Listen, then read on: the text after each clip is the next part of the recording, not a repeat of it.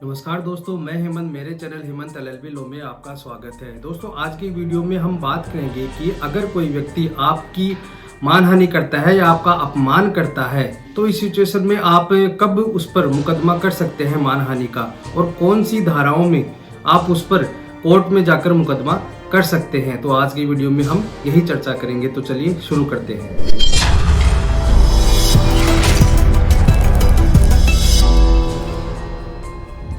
दोस्तों, मैं आपको बता दूं कि अपमान मौखिक और लिखित दो तरह से हो सकती है। आईपीसी की धारा 499 में यह बताया गया है कि अगर कोई व्यक्ति किसी व्यक्ति का अपमान करता है, जैसे किसी पोस्टर को लेकर कोई टिप्पणी करता है या कुछ उसे लोगों के सामने अपहानि करता है या कुछ ऐसे अपशब्द बोलता है जिससे उनकी ख्याति को नुकसान होता हो, और लोगों के सामने सार्वजनिक रूप से उसे ऐसे कार्य करने के लिए उस पर टिप्पणी करता है या उसकी फोटो को लेकर या उसकी वीडियो को लेकर या ऐसे कोई काम को लेकर सबके सामने अपमानित करता है, तो उसे मानहानि की कैटेगरी में रखा जाएगा।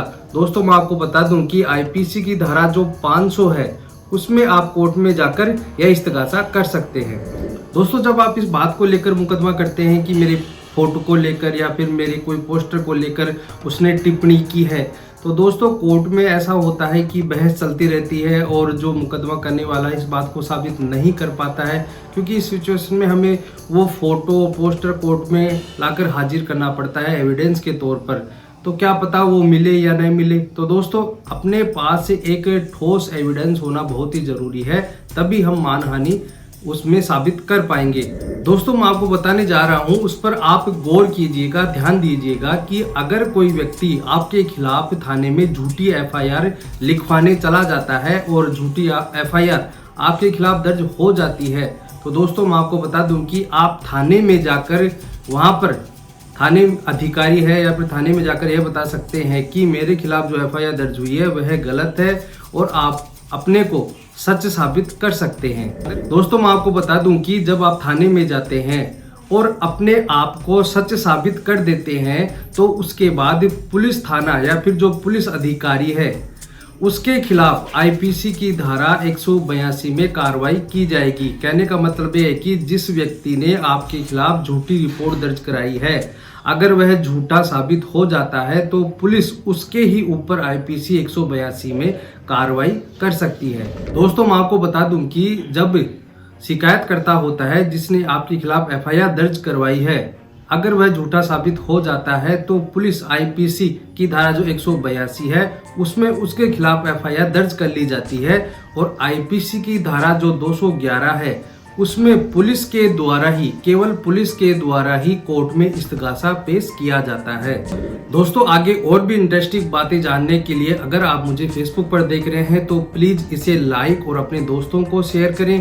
अगर आप मुझे यूट्यूब पर देख रहे हैं तो प्लीज मेरे चैनल को सब्सक्राइब करें और जो बेल आइकन है उसे जरूर दबाएं, ताकि मैं आपको वीडियो जब भी अपलोड करूं तो उसका नोटिफिकेशन आपको मिलता रहे। दोस्तों, मैं आपको बता दूं कि जब किसी दूसरे व्यक्ति ने आपके खिलाफ एफआईआर दर्ज करवा दी है, और दोस्तों मान लीजिए कि पुलिस ने आपके खिलाफ एफआईआर दर्ज करवा दी है, उस एफआईआर को पुलिस द्वारा झूठी नहीं माना जाता है, सच माना जाता है, तो एफआईआर दर्ज होने के बाद दोस्तों आपके खिलाफ कोर्ट में चालान पेश किया जाता है।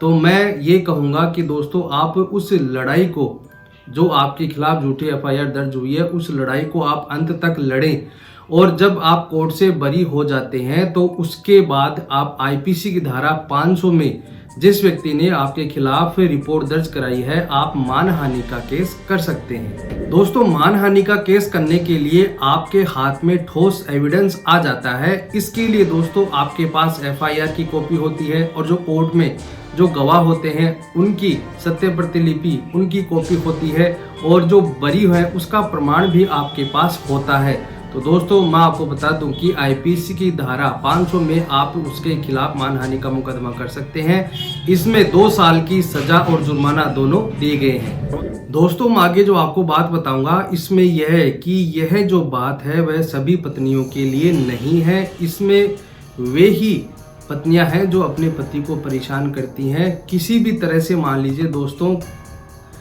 एक सिक्के के 2 पहलू होते हैं, तो अगर कोई सही है तो कोई गलत भी है।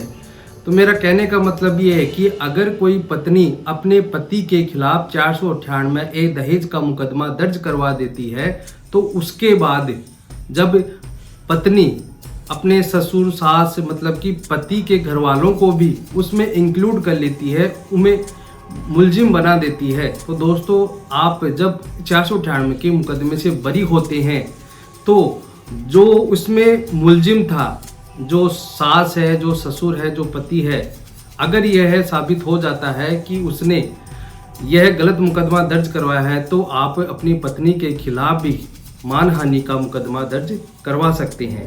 दोस्तों आशा करता हूं कि आपको ये वीडियो समझ में आ गया होगा कि मानहानि का केस आप कब और किसके खिलाफ कर सकते हैं।